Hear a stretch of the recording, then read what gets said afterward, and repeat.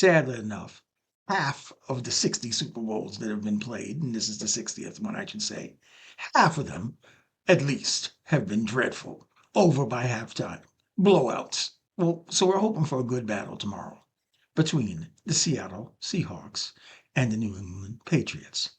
We enter into a period for people who have any interest in sports that I call Death Valley. It is the dead of winter. It's February, and football is over, and all the major sports are at the lull, the very nadir of their seasons. The good news is here on Breadcrumbs, the way we handle conversations allows us to handle sensitive issues, to talk about difficult conversations. Because the way we approach these difficult conversations is to start from our shared experiences and our shared humanity. Let's have an opening because we've created this safe space here on Breadcrumbs to have a real conversation that needs to be had. To be honest, I feel like I'm surfing on the edge of a very high tidal wave. And this feeling is, yeah, it's exhilarating. Yeah, it's exciting to be up here, way up high. I haven't wiped out yet, right? But it's frightening and it's turbulent and it's accelerating. Sometimes life prunes your tree. Now, what are you talking about, Kevin? I'm telling you, you could be going about your business,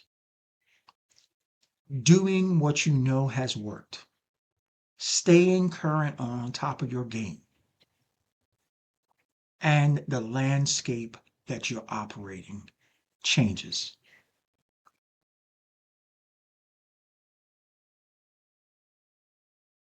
And then we had a national presidential election, 2024, and Donald Trump got elected again. I looked in the mirror at Kevin Howard and I said, what's going on? I mean, do you got a booger on your nose or something? What had changed is what's going on in our economy.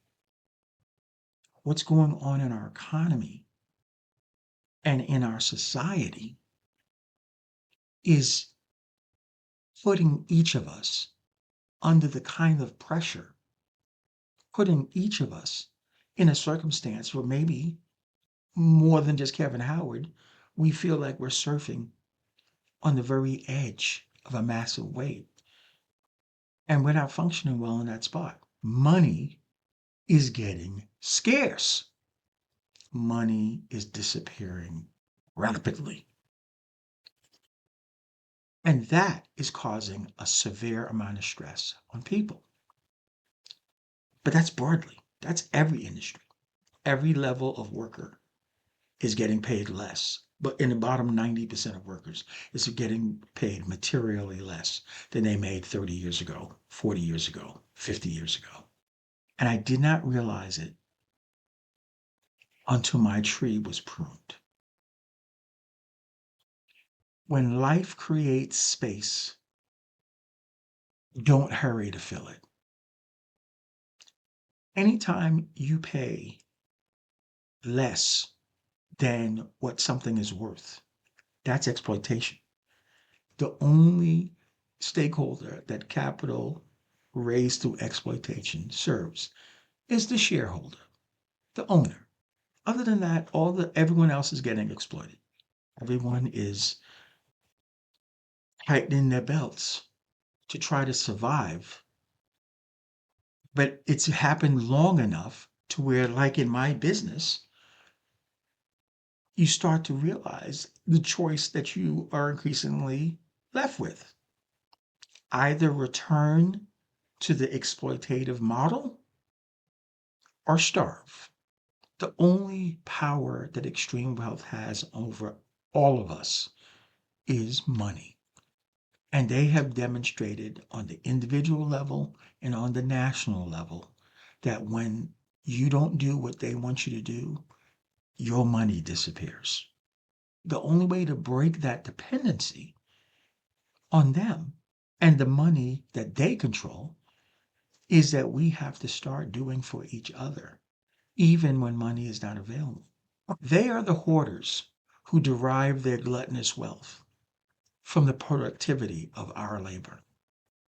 Yet they are the embodiment of the values we are taught to live by.